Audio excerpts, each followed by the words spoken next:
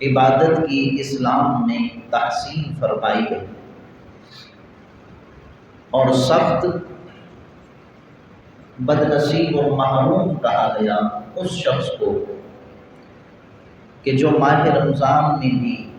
کاہلی اور سستی کا شکار ہے۔ حالانکہ اللہ کو یہ بات بے حد پسند ہے کہ جب ماہ رمضان شروع ہو اللہ تعالیٰ کے بندے اس طرح عبادت کریں، اس انداز میں رب کی بندگی کریں یکسوئی کے ساتھ کہ کوئی ان کو پریشان کرنے والا نہ ہو، عبادتوں میں خلل ڈالنے والا کوئی نہ ہو، اور وہ طاقت و قوت جو عمومی طور پر دوران عبادت انسان کے دل میں وسوسے پیدا کرتی ہے، وہ شریر شیطان ہے، لیکن رب کی عطا ہے، اللہ کا کرم ہے، میرے رب کا فضل ہے کہ اللہ تعالیٰ اس ماہ مقدسہ میں عبادت کے اندر شیطان کی مداخلت کو بھی برداشت نہیں کرتا، اور اللہ تعالیٰ اس ماہ مقدسہ کا چاند نظر آتے ہی شیطان کو بیڑیوں میں جکڑنے کا حکم ارشاد فرما دیتا ہے، تاکہ جب بندہ تلاوت کرے، نماز پڑھے، ذکر و اذکار کرے، تسبیحات کرے، نماز تراویح پڑھے، سحر و افطار کی برکتیں لوٹے، تو پھر اس کے تصورات و تخیلات میں کوئی خلل ڈالنے والی گندی طاقت نہ ہو۔ حالانکہ ایک موقع پہ فرمایا گیا کہ شیطان جو ہے انسان کے خون میں اس طرح دوڑتا ہے جس طرح کے انسان کے جسم میں اس طرح دوڑتا ہے جس طرح کے خون دوڑ رہا ہوتا ہے، لیکن اس ماہ مقدسہ میں اللہ تعالیٰ نے فرمایا کہ اس کو قید کر دیا جائے، سلسلۃ الشیاطین، فرمایا شیطانوں کو قید کر دیا گیا، فتحت ابواب السماء، آسمانوں کے دروازے کھول دیے گئے، والجنہ، اور جنت کے دروازے کھول دیے گئے، اور جہنم کے سارے دروازے بند کر دیے گئے۔ اس قدر رب العالمین کا کرم انسانوں کی طرف متوجہ ہوتا ہے، لیکن میرے کریم آقا صلی اللہ علیہ وسلم نے خود نقصان کی دعا کی، تباہی کی دعا کی، بربادی کی دعا کی اس شخص کے لیے کہ جو اس ماہ مقدسہ میں بیداری کے ساتھ، خلوص کے ساتھ رب کی بندگی نہیں کرتا۔ یعنی اللہ رب العالمین نے تو ہر طرح کی اسے سہولیات عطا فرمائے، ہر طرح کے راستے رب تک پہنچنے کے ہموار ہو گئے، اس کے باوجود بھی یہ بندہ ذاتی کاہلی اور سستی کے سبب رب کی بندگی کر کے اللہ کو راضی نہیں کرتا، تو میرے کریم آقا نے اسے پیغام کیا دیا، حضور کی بارگاہ سے اسے کیا ملتا ہے غافل شخص کو، کم نصیب شخص کو، رمضان المبارک میں قدرت کے باوجود روزے نہ رکھنے والوں کو، تراویح نہ پڑھنے والوں کو، نمازیں نہ پڑھنے والوں کو، تلاوتیں نہ کرنے والوں کو، سحر و افطار کے وقت لہو و لعب میں مشغول رہنے والوں کو، بلکہ وہ کام جو رمضان کے علاوہ وہ برے کرتا تھا، رمضان کے آنے پر اس پر کچھ اثر نہیں ہوا، تو پھر اسے بارگاہ مصطفیٰ سے کیا ملتا ہے؟ حالانکہ یہ تو اتنی اونچی بارگاہ ہے کہ کافر بھی آ جاتا ہے تو اللہ ایمان عطا فرما دیتا ہے، کوئی گناہ گار آ جائے اللہ نیکوکار بنا دیتا ہے، لیکن جو اس ماہ مقدسہ کی عظمت و فضیلت کو نہ سمجھے تو پھر اسے کیا ملا کرتا ہے؟ تو جبریل امین کے حوالے سے آتا ہے کہ حضور علیہ السلام نے ممبر کی پہلی سیڑھی پر قدم رکھا اور سرکار کے لبھائے مبارکہ میں جنبش ہوئی، حضور فرمانے لگے آمین، پھر دوسری سیڑھی پر قدم رکھا، فرمایا آمین، تیسری سیڑھی پر قدم رکھا، آواز آئی آمین، تو صحابہ کرام حیران و ششدر رہ گئے کہ یا رسول اللہ یہ آمین کہنے کی وجہ کیا ہے؟ ہم تو کسی دعا کرنے والے کو نہیں دیکھ رہے۔ تو حضور علیہ السلام نے فرمایا کہ جبریل دعا کر رہے ہیں۔ اچھا، اس میں فرق بھی سمجھیں ایک عام آدمی میں اور امام الانبیاء علیہ السلام میں، کہ میرے کریم آقا کی نگاہیں وہ کچھ دیکھ لیتی تھی جو ہماری نگاہیں نہیں دیکھ سکتی، بلکہ ہم کس درجے میں، وہاں تو صحابہ بھی پوچھ رہے ہیں یا رسول اللہ آمین کہنے کی وجہ کیا ہے، اور ہمارے کان وہ کچھ نہیں سن سکتے جو مصطفیٰ جان رحمت کے کان سنتے ہیں، کان لال کرامت پہ لاکھوں سلام ہیں۔ تو سرکار نے موقع پہ فرمایا صحابہ تم نے بھی وہ کچھ سنا جو میں سن رہا ہوں؟ یا رسول اللہ کیا؟ تو سرکار نے فرمایا ابھی ابھی ایک پتھر کے گرنے کی آواز آئی جو جہنم کی تہ میں جا کے گرا ہے، اس کو 70 سال پہلے اوپر سے پھینکا گیا تھا، یہ آج گہرائی میں پہنچا ہے۔ الامان والحفیظ، اتنی گہری جہنم جس کو آگ سے بھر دیا گیا۔ تو صحابہ نے وہ آواز نہیں سنی تھی، لیکن سرکار علیہ الصلوۃ والسلام نے فرمایا تو صحابہ نے دل و جان سے تسلیم کر دی۔ حضور نے ایک موقع پہ فرما دیا کہ ایک گائے جو ہے اس پر ایک شخص نے وزن لاد دیا، تو گائے تھوڑا سا چلی اور اس شخص کی طرف متوجہ ہو کر کہنے لگی کہ اے بندے میں اس کام کے لیے نہیں بنائی گئی، جو کام تم مجھ سے لے رہے ہو، مجھ پر بوجھ لاد رہے ہو، میں اس کام کے لیے نہیں بنائی گئی، بلکہ میں تو حال چلانے کے لیے بنائی گئی ہوں۔ تو اس پر صحابہ کرام تعجب کرنے لگے کہ گائے نے بھی بات کی، گائے نے عمدہ کلام کیا، بندے سے خطاب کیا۔ حضور نے فرمایا اور کوئی مانے یا نہ مانے، میں بھی مانتا ہوں، صدیق بھی مانتے ہیں، فاروق بھی مانتے ہیں۔ تو جو دل سے سرکار سے محبت کرنے والا ہوتا ہے نا، تو وہ پھر ان چکروں میں نہیں پڑتا کہ یہ کیسے ہوا، کیوں ہوا، کب ہوا، کس لیے ہوا، نہیں۔ سرکار کے لبھائے مبارکہ سے جو بات نکل گئی نا، عاشق کے لیے وہ سند کا درجہ رکھتی ہے، بلکہ اس کی قبولیت ہی معیار ایمان ہے۔ تو صحابہ سے سرکار نے فرمایا جبریل دعا کر رہے تھے اور میں آمین کہہ رہا تھا۔ اب حضور کے غلاموں اس دعا کا اثر بھی دیکھیں کتنا ہوگا، اور اللہ اس دعا کو اس حسن کے ساتھ قبول فرمائے گا جسے مانگنے والے جبریل امین ہوں اور آمین کہنے والے رحمت للعالمین ہوں، حضور کی ذات کریمہ۔ یا رسول اللہ پہلی دعا کیا تھی جس پر آمین آپ نے فرمایا؟ تو حضور علیہ السلام فرماتے ہیں کہ جبریل دعا کر رہے تھے تباہ و برباد ہو جائے وہ شخص کہ جس کے سامنے مجھ محمد کا نام آئے اور وہ درود و سلام نہ پڑھے، کہیے صلی اللہ علیہ وسلم۔ تو اب دیکھیں کہ اسی حدیث کے اس حصے کو لے کر آپ اپنے معمولات دیکھیں، اہل سنت کی بات کر رہا ہوں، اعلیٰ حضرت کے ماننے والوں کی بات کر رہا ہوں، صحابہ کے سچے غلاموں، اہل بیت اطہار سے محبت کرنے والوں کی بات کر رہا ہوں کہ ہمارے ہاں اذان کا وقت آئے تو آواز آتی ہے الصلاۃ والسلام علیک یا رسول اللہ، اذان ہو جائے تو آواز آتی ہے الصلاۃ والسلام علیک یا رسول اللہ۔ ہمیں تو 2 رکعت تراویح کے درمیان بھی وقفہ ملے، 2 سے 2 کے درمیان وقفہ ملے تو الصلاۃ بر محمد کی صدائیں جاری ہوتی ہیں۔ یہاں اٹھتے بیٹھتے چلتے پھرتے سنی کی زبان پر حضور علیہ السلام کا درود اور سلام جاری ہوتا ہے۔ تو فرمایا تباہ و برباد ہو جائے، جبریل نے دعا کی باری تعالیٰ تباہ و برباد ہو جائے وہ شخص کہ جس کے سامنے تیرے محبوب کا نام لیا جائے اور وہ درود و سلام نہ پڑھے۔ اور حضور نے فرمایا جو مجھ پر درود پڑھنا بھول جاتا ہے نا، سمجھ لو وہ جنت کا رستہ ہی بھول گیا ہے۔ تو یوں سمجھ لیں کہ یہ درود و سلام اندھیری رات میں ایک لائٹ کا کام دیتا ہے، ایک ٹارچ کا کام دیتا ہے، ایک چراغ ہے، ایک شمع ہے، ایک مشعل ہے جس کی روشنی میں ہم قیامت کا سفر طے کر رہے ہیں، اور ہمارے لیے درود و سلام کے ذریعے جنت کا راستہ ہموار ہو رہا ہے۔ اور حضور علیہ السلام کی وہ مبارک حدیث کہ سرکار فرماتے ایک شخص ہے پل صراط سے اس انداز میں گزر رہا ہے کہ گرتا پڑتا جا رہا ہے، قریب ہے کہ وہ جہنم کی وادی میں گر جائے، اس خوف میں وہ بندہ مبتلا، اور میں اتنے میں ایک نورانی شکل آئے گی اور اسے کندھوں سے پکڑ کے جنت کے دروازے پہ چھوڑ آئے گی۔ تو جب جنت کے دروازے پہ وہ شکل اسے چھوڑے گی نا، تو مڑ کے وہ بندہ پوچھے گا کہ تم کون ہو، اس کرب کے عالم میں میرے لیے مددگار بن کے آئے ہو، اپنا تعارف تو کراؤ۔ اب سنیو خوش ہو جاؤ، وہ ہستی اپنا تعارف کرائے گی، کہے گی مجھے نہیں پہچانتے، میں وہی درود و سلام کا نور ہوں جسے صبح شام تم اپنے محبوب آقا پر بھیجا کرتے تھے۔ یہ درود و سلام کی پڑھنے کی برکتیں، سرکار نے فرمایا اللہ تعالیٰ اس مجلس کا حسن ختم فرما دیتا ہے جس مجلس کو سجایا جائے اور مصطفیٰ پر درود و سلام نہ پڑھا جائے۔ فرمایا اسی طرح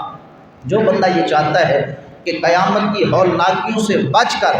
اس کے ہاتھ سے سرکار پکڑ کے لوگوں کی صفوں سے تلاش کر کے ہاتھ سے پکڑ کے سرکار مصافحہ بھی فرمائیں اور ہاتھ سے پکڑ کے جنت میں لے جائیں، اسے چاہیے صبح شام حضور پر درود پڑھنے کی عادت بنائیں۔ حضرت سلیمان جزولی، آپ سے پوچھا گیا آپ نے دلائل الخیرات کیسے لکھی؟ انہوں نے کہا ایک لڑکی نے مجھے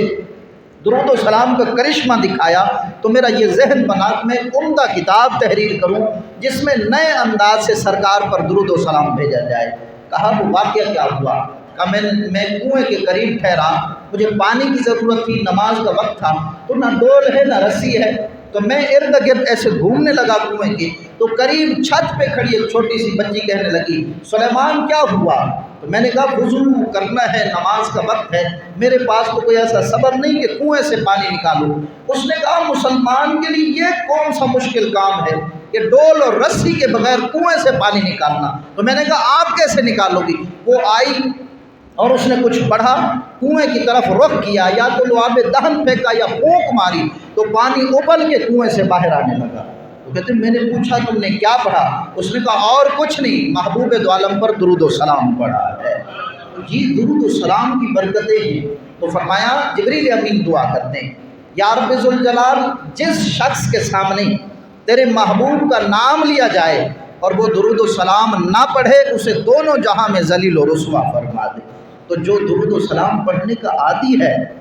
اس دعا کا مفہوم مخالف سمجھے کہ اللہ دونوں جہاں میں اس کے بیڑے پار فرما دیتا ہے۔ اب دوسری دعا کون سی تھی؟ یہ ہر ایک اس شخص کے لیے جس کے والدین حیات ہیں، دل کے کانوں سے سنیں، سمجھیں اور عمل کریں۔ میرے کریم آقا آمین کہتے ہیں۔ یا رسول اللہ دوسری بار آپ نے آمین کیوں ارشاد فرمائی؟ تو سرکار نے فرمایا کہ جبریل نے دعا کی کہ اے باری تعالیٰ جس بندے کے والدین حیات ہوں، زندہ ہوں، انہیں بڑھاپے کے عالم میں پائے اور ان کی خدمت کر کے جنت نہ کمائے، اس کی دنیا بھی برباد کر دے، آخرت بھی برباد کر دے۔ تو اب اس سے واضح طور پر معلوم ہوتا ہے کہ یہ والدین ماں باپ کے لیے جنت کے ٹکٹ ہیں، اور والدین کی خدمت جو ہے جنت کا رستہ ہموار کرتی ہے۔ اور یہ وہ جرم ہے والدین کی نافرمانی جس کی سزا اللہ دنیا میں بھی عطا فرماتا ہے، آخرت میں بھی عطا فرماتا ہے۔ حضرت عوام بن حوشب کا میں نے واقعہ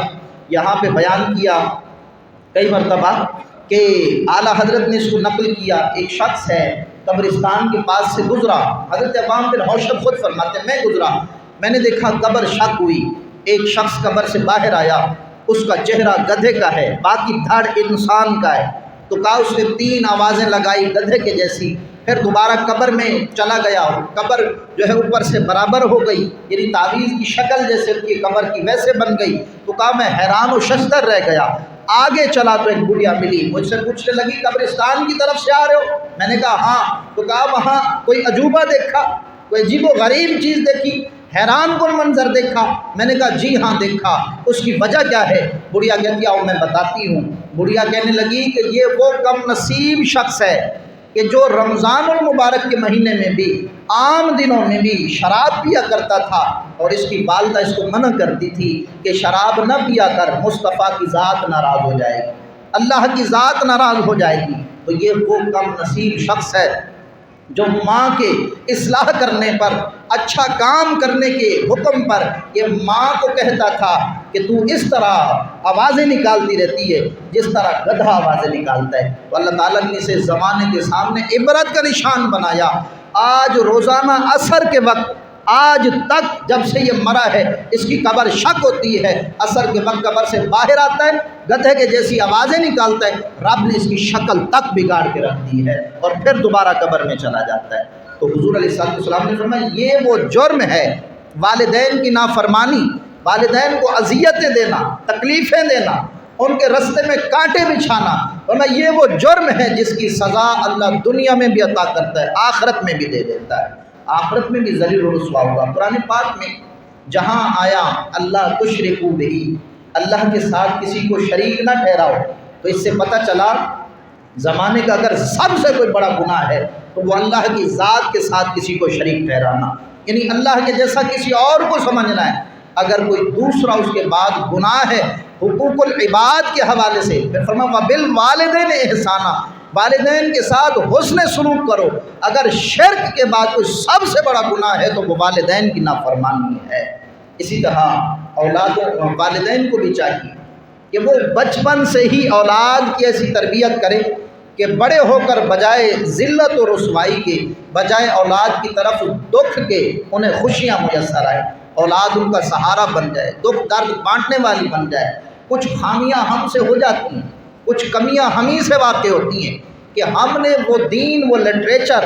اپنی اولاد کو کتنا پڑھایا ہے جو سرکار علیہ الصلوۃ والسلام عطا کر کے گئے ہیں۔ اولاد کی تربیت کے حوالے سے میرے کریم آقا کی متعدد حدیثیں ہیں، لیکن ہمیں 5 سے 6 حدیثیں تک یاد نہیں ہیں کہ سرکار ہماری اولادوں کو کیسا دیکھنا چاہتے ہیں، حضور کیسے چاہتے ہیں کہ میرے غلاموں کے بچے کیسے ہوں۔ سرکار نے فرمایا ادبوا اولادکم ثلاثۃ خصال، 3 چیزیں اپنی اولادوں کو ضرور سکھاؤ۔ حب نبیکم، فرمایا اپنے نبی کی محبت اور عشق اپنی اولادوں کے سینوں میں پیدا کرو۔ اسی طرح فرمایا کہ حب اہل بیتی، فرمایا میرے اہل بیت اطہار کی محبت بھی ان کے دلوں میں پیدا کرو۔ تیسرا فرمایا قراءۃ القرآن، قرآن پاک پڑھنا جو ہے اپنے بچوں کو سکھاؤ، چونکہ بہت سارے مسائل بلکہ کلی طور پر دیکھا جائے اللہ تعالیٰ نے سب کچھ قرآن پاک میں بیان فرما دیا ہے۔ تو ہم نے انگریزی پڑھانے کے حوالے سے تو ہزاروں خرچ کر دیے، ہم نے لاکھوں خرچ کر دیے، بلکہ صرف ایڈمیشن اور کورس اور جو ہے سالانہ جو اینول فیس ہوتی ہے وہ ملا کے بعض اسکولوں کا ان علاقوں میں خرچہ 50,000 تک بھی جاتا ہے، وہ ہم بھرتے ہیں۔ لیکن ہم نے دین سکھانے کے لیے بچوں کو کتنا وقف کیا اور کتنا وقت دیا۔ جب بچہ دین سیکھے گا نا تو پھر اور اس کی تربیت جو ہے ایک عالم دین کرے گا کہ آپ اگر اپنے والدین کے ہاتھ اور پاؤں چومتے ہیں تو مست ہو کر خوشی سے چوما کریں، کیونکہ حدیث پاک میں آیا والدین کی قبر کو چومنا ایسا ہے جیسے کوئی جنت کی چوکھٹ کو بوسہ دے رہا ہے۔ اب اندازہ کریں تو جب قبر چومنے میں یہ عظمت و فضیلت ہے تو پھر ہاتھ پاؤں چومنا کیسے نہیں جنت کی چوکھٹ چومنے کے مترادف ہو جائے گا۔ تو دوسری دعا جبریل امین کرتے ہیں، باری تعالیٰ تباہ و برباد ہو جائے وہ شخص جو بڑھاپے میں اپنے والدین کو پائے اور ان کی خدمت کر کے جنت نہ کمائے۔ آج میں اور آپ غور کریں کہ جن کے والدین دور رہتے ہیں یا پھر گھروں میں بھی رہتے ہیں، ہم 24 گھنٹے میں کتنا وقت اپنے والدین کو دیتے ہیں، موبائل کو کتنا وقت دیتے ہیں، کاروبار کو کتنا دیتے ہیں، یاروں دوستوں کو کتنا دیتے ہیں، اپنے شوق پورے کرنے میں کتنا وقت لگاتے ہیں، اور ماں باپ کے قدم دبانے میں ہم کتنا وقت صرف کرتے ہیں۔ یہ میں نے اور آپ نے سوچنا ہے اور غور کرنا ہے۔ اسی طرح اگر جواب منفی میں آ جائے نا، نیگیٹو جواب ہو، تو پھر سوچ لینا کل یہ وقت آپ پر بھی آنا ہے۔ میں کئی بار عرض کر چکا ہوں، لاکھوں دوائیاں ہمارے والدین کو وہ فائدہ نہیں پہنچا سکتی جتنا ایک بار مسکرا کے بیٹے کا بات کرنا فائدہ پہنچا سکتا ہے۔ اس پہلو پر ضرور غور کیجیے گا۔ تیسری دعا میرے کریم آقا نے فرمایا، یہ وہ لوگ جو قدرت کے باوجود، طاقت کے باوجود، اللہ رب العالمین نے صحت، توانائی سب کچھ عطا فرمایا، اس کے باوجود جو ہے روزے نہیں رکھتے، تراویح نہیں پڑھتے، تلاوتیں نہیں کرتے۔ تیسری دعا پر غور کریں، سرکار فرماتے ہیں کہ جبریل دعا کر رہے ہیں، باری تعالیٰ تباہ و برباد ہو جائے وہ شخص کہ جنت تو سجا سنوار کے انتظار میں رکھ دی گئی، حوریں انتظار کر رہی، بلکہ حضور فرماتے محلات کی چھت پر حوریں آ جاتی ہیں اور اللہ کی بارگاہ میں التجائیں کرتی ہیں، مالک یہ روزے دار کب داخل جنت ہوں گے، ہم ان سے نکاح کرنے کے لیے بیتاب ہیں، ہم ان سے نکاح کریں گے۔ جنت کے محلات انتظار کر رہے، جنت میں مہمانیاں تیار کر کے رکھی گئی، اور خود باری تعالیٰ روزے دار کو اپنا دیدار عطا فرمائے گا۔ تو وہ بندے جو اس عظمت والے مہینے میں غافل ہیں، پیسہ کمانے میں، دنیاوی شوق پورے کرنے میں، یا پھر خود ساختہ بہت سارے بیمار بھی بن جاتے ہیں، یہ مجھے فلاں مرض فلاں مرض فلاں مرض۔ میں نے پچھلی بار بھی عرض کیا کہ ڈاکٹر کے کہنے پر اگر آپ عمدہ مشروب چھوڑ سکتے ہیں، عمدہ مرغوب غذائیں چھوڑ سکتے ہیں، تو پھر رب تو رب ہے نا یارو۔ ایک لمحہ اگر اللہ رب العالمین کی اطاعت میں کوئی بندہ گزارتا ہے تو کئی شہیدوں سے زیادہ اللہ اجر عطا فرما دیتا ہے۔ تو رب نے اگر فرمایا ہے کہ اتنی دیر بھوک برداشت کرو، اتنی دیر پیاس برداشت کرو، پھر انعامات بے شمار ہیں اس کے، کئی طرح کے انعامات آپ سن چکے، جب سے ماہ مقدسہ شروع ہوا فضیلتیں ہی فضیلتیں آپ سنتے جا رہے ہیں۔ تو فرمایا تباہ و برباد ہو جائے، عرض کی باری تعالیٰ وہ شخص جو ماہ رمضان کا مہینہ پائے اور اس میں جو ہے عبادتیں کر کے اپنے رب کو راضی کر کے جنت نہ کمائے۔ یعنی جو بندہ رمضان کو پانے کے باوجود بھی جنت حاصل نہیں کر سکتا تو وہ پھر عام دنوں میں کیسے جنت حاصل کرے گا، جب ایک سجدے کا بدلہ آپ کو 70 سجدے کے برابر دیا جا رہا ہے، ایک رکعت آپ کو 1000 رکعت کے برابر اس کا ثواب دیا جا رہا ہے،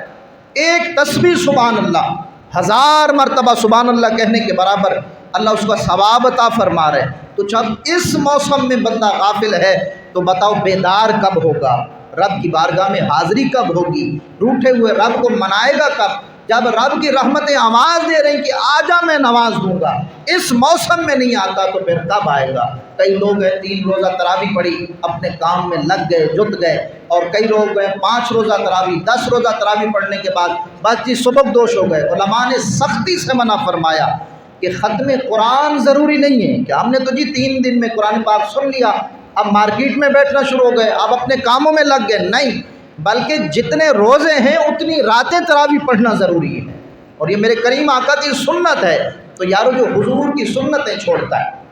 سرکار کے طریقے چھوڑتا ہے، وہ کیسے امید رکھ کے بیٹھا ہے کہ سرکار دن حشر کے اس کی طرف نظر رحمت فرمائیں گے یا اس کی شفاعت کریں گے۔ سیدنا انس پوچھتے ہیں یا رسول اللہ آپ سے بڑا پیار ہے، میدان حشر میں تو کھربوں لوگوں سے بھی زیادہ ہوں گے نا، میں آپ کو کہاں تلاش کروں؟ حضور نے فرمایا پل صراط پر آ جانا، جو میرا امتی گرنے والا ہوگا نا میں اسے سہارا دے دے کے جنت کا دروازہ دکھا رہا ہوں۔